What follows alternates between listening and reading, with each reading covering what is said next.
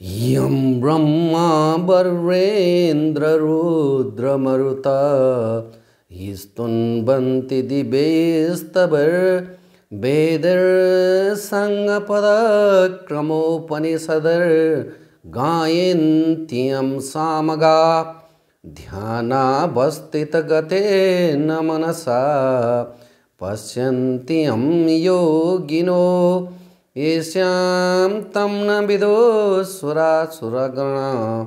देवाय तस्मै नमः। श्रीमन्चन्दनचर्चितज्वललपो शुक्लाम्बरमल्लिका मालालङ्कृतकुण्डला प्रविलसन् मुक्ताबलिशोभिता सर्वज्ञाननिदानपुस्तकधरी रुद्राक्षमालाधरे वाग्देवी वदनाम्बुजे वसतु मे त्रैलोक्यमाता चिरिं मुखं करोति वाचालं पङ्गुलङ्घयते गिरिं यत्कृपातमहं वन्दे परमानन्दमाधवं। नमो भगवते तस्मै व्यासयाजमीत तेजसे येसे प्रसादादक्षामि नारायण कथामिमां। नारायणं नमस्कृत्य नरं चैव नरोत्तमं देवी सरस्वतीं व्यासं ततो जयमुदीरयेत्। कुमारजी आज्ञा गर्नुहुन्छ, हे अस्ति मुनि सती देवीले यज्ञमा हाम फाली प्राण छाडेको देख्न साथ देवता यक्षे गन्धर्व नाग अप्सरा र त्यहाँ रहेका सबै लौननी कस्तो अनर्थ भयो भनी हाकार गर्न लागे। त्यही मौकामा अकस्मात कुइरी मण्डल धुलो उडी आकाश डबक्कै ढाक्यो र जताततै घनघोर अन्धकार भयो। हावा पनि पूर्वको पश्चिमको पूर्वतिर हानिन लाग्यो।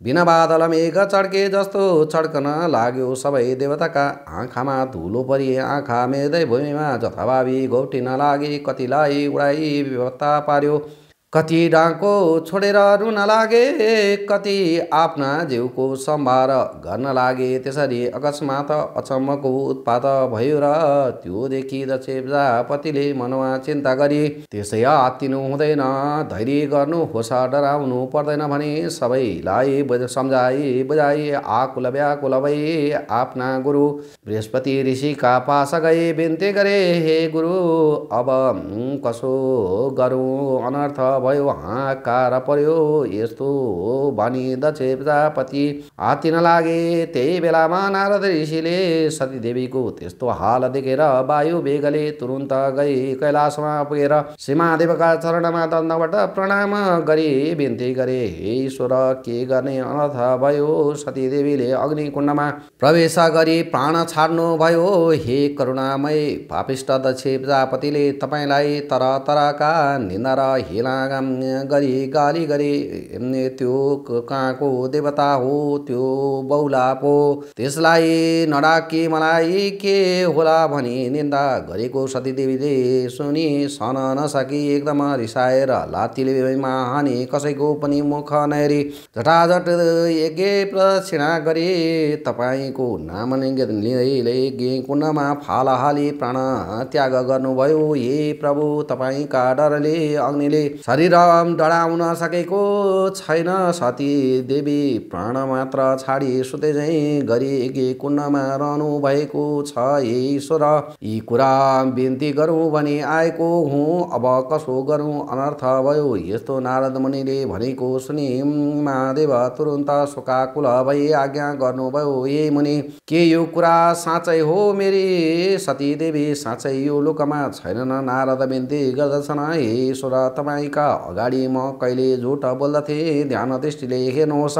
यस्तो सुन्न साथ श्री महादेवले एकदम रिसाएर तिनै आँखाबाट आगाको मुस्लो निकाली कटकट दारा किटी रिसले मसक्क मुठी पारी नारदकै अगाडि भन्नुभयो, हे नारद, 33 कोटी देवताले रक्षा गरिराखेको त्यो पापिष्ट घमण्डी दक्ष प्रजापतिको म निर्मूल नगरी छाड्ने छैन। अब तिमी आफ्ना आश्रममा जाऊ भनी बिदा दिनुभयो र नारद साष्टाङ्ग प्रणाम गरे त्यहाँबाट ब्रह्मलोक गए।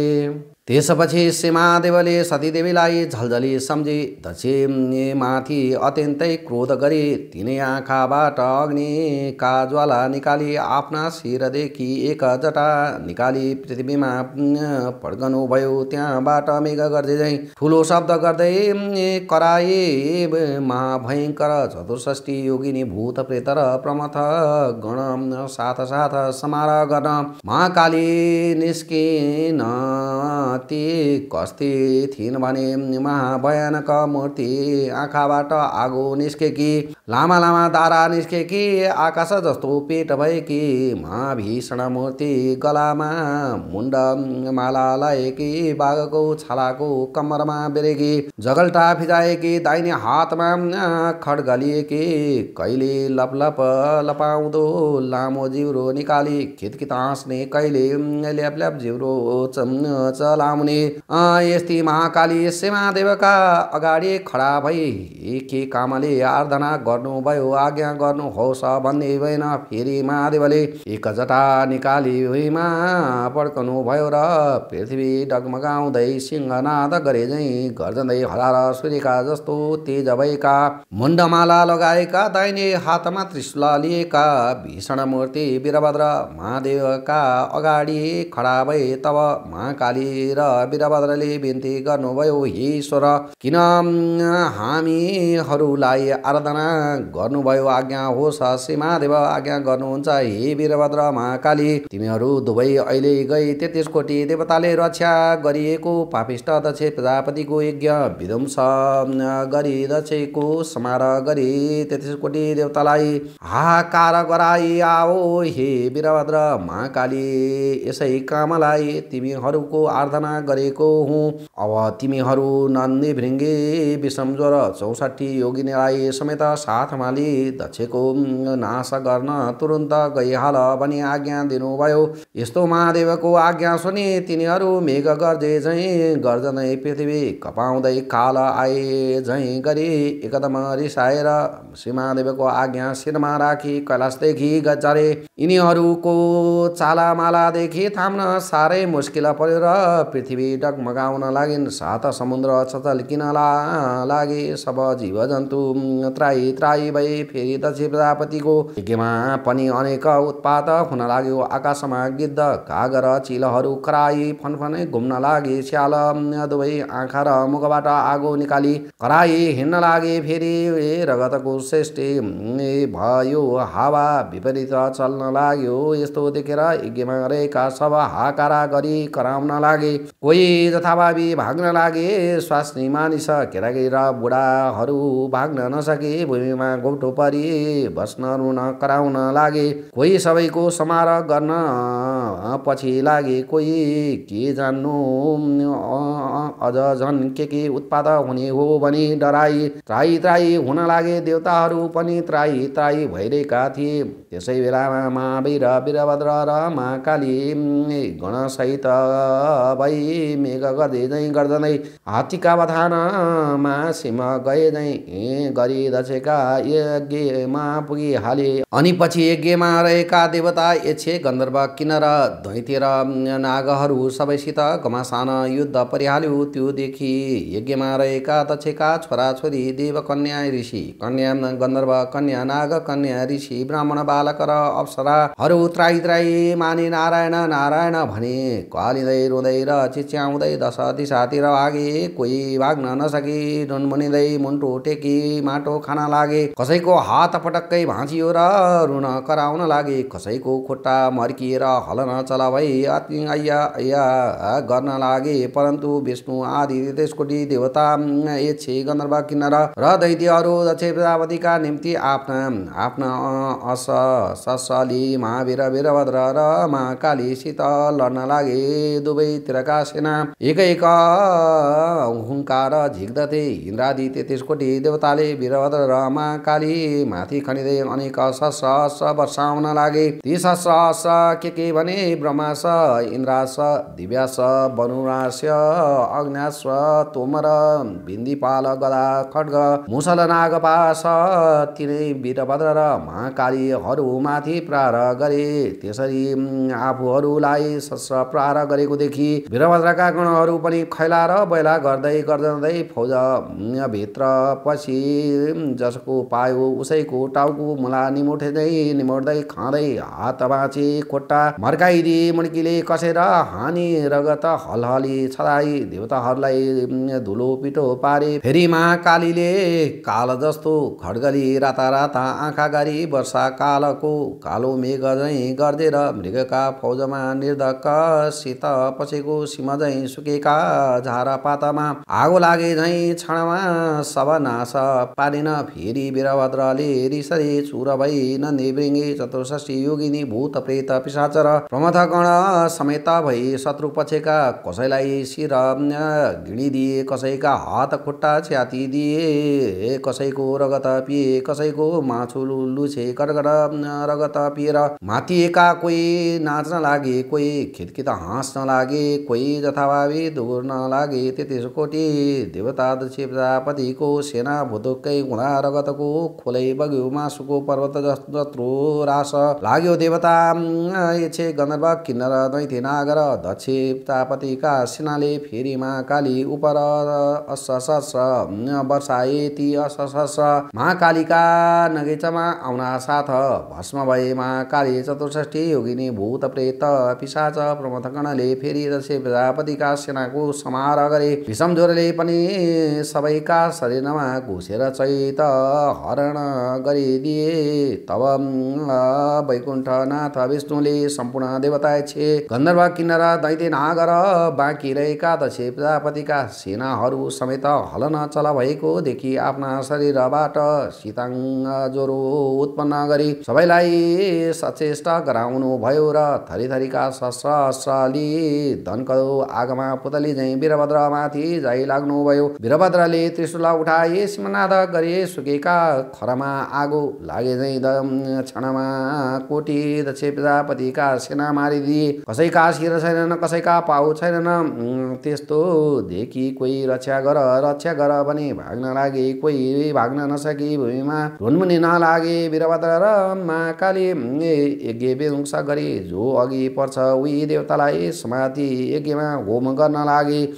यसरी देवता यक्षे गन्धर्व किन्नर दैत्य नागहरू र दक्ष प्रजापतिको सेना नाश पारेको र यज्ञ विध्वंस गरेको देखि श्री विष्णुले अत्यन्त क्रोध गरी राता आँखा पारी नागले श्वास झिके झैँ सुस्केर हाली अग्निका ज्वाला झैँ राता भई बायाँ हातले पाँचे जन्ने शङ्ख बजाई, दाहिने हातले कौमुदकी गदा उठाई समार गर्न लागे। रुद्र झैँ वीरभद्रका सेनामाथि जाइ लाग्नुभयो। त्यो देखि देवता यक्षे गन्धर्व किन्नर दैत्य नाग दक्ष प्रजापतिका सेनाले धन्य धन्य विष्णु तपाईँको जय कल्याण होस् भनी आफ्ना आफ्ना शस्त्रले विष्णुका साथ लागि लड्न लागे।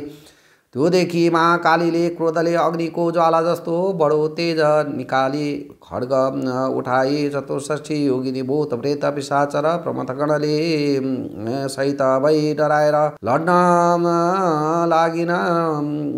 जस्तो ठुलो हुरी चल्दा मेघखण्ड भई फाट्दछ त्यस्तै गरी देवता यक्षे गन्धर्व किन्नर दैत्य नागर दक्ष प्रजापतिका सेनालाई महाकालीले छिन्न भिन्न पारे, 10 दिशामा भगाइन। त्योदेखि श्री विष्णुले निर्धक्कैसित वीरभद्रका छातीमा कौमुदकी गदाको प्रहार गर्नुभयो। त्यो गदाको चोट खप्न नसके वीरभद्र मूर्छा भई भूमिमा गिरे। फेरि विष्णुले नन्दीवृङ्गी 64 योगिनी भूत प्रेत पिशाच र प्रमथगणलाई त्राही गराई 5 जन्य शङ्ख बजाई गदा उठाई जाइ लाग्नुभयो। नन्दीवृङ्गी 64 योगिनी भूत प्रेत पिशाच प्रमथगण शङ्काका शब्दले र गदाका प्रहारले कोही भूमिमा गिरी मूर्छा परे, कोही जता पायो उतै भाग्न लागे। त्यो देखि देवता यक्षे गन्धर्व किन्नर दैत्य नाग र दक्ष प्रजापतिका सेनाले धन्य धन्य विष्णु भनी पुष्प वृष्टि गरी स्तुति। मूर्छा भइरहेका महावीर वीरभद्रका कानमा झट्ट पर्यो र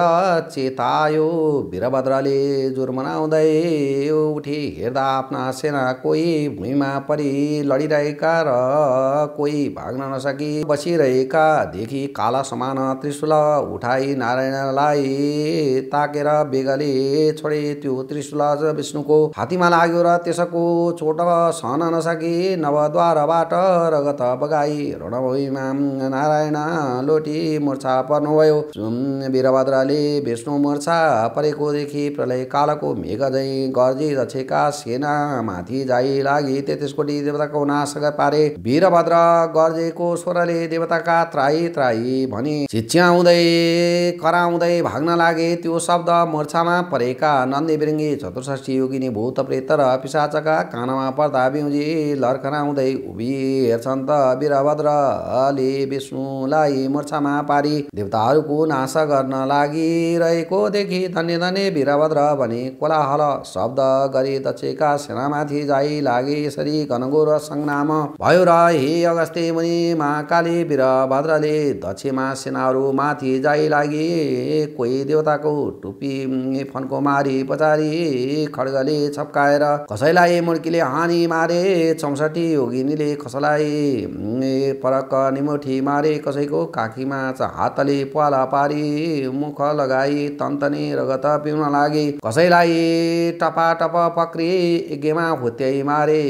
यसरी 33 कोटी देवता यक्ष गन्धर्व किन्नर दैत्य र नागहरूको नाश गरेको र वीरभद्रका सेनाले जय जय भनी कराएको शब्द मूर्छामा परेका विष्णुका कानमा परो र बिउजी खडा भई हेर्दा वीरभद्र र महाकालीले दक्षको यज्ञ विध्वंस गरी 33 कोटी देवता र दक्षको सेनाको समेत नाश गरेको देखि अति रिसले चुर भएर हे पापिष्ट वीरभद्र, आज तेरो नाश गरौँला, तेरो प्राणले दक्षको यज्ञ पूर्ण गरौँला। तब सम्पूर्ण देवता यक्ष गन्धर्व किन्नर दैत्य र नागहरूलाई सन्तोष होला। आज एकादश रुद्र तेरा सहाय भई आए पनि तेरा रक्षा गर्न सक्ने छैनन्। सम्पूर्ण दुष्टको नाश गर्ने यो चक्र देखिछ कि भनी सुदर्शन चक्र देखाउनु भयो। विष्णुले भनेका यस्ता क्षुद्र वचन सुनि वीरभद्रले पनि रिसाएर विष्णुलाई भने, पापिष्ट विष्णु, सम्पूर्ण दुष्टको नाश गर्ने चक्र भनी देखाइस्, नाश गरुना भनिस्, लौ देखाउँ त कतिको नाश गर्दो रहेछ, तुरुन्त प्रहार गरिहाल।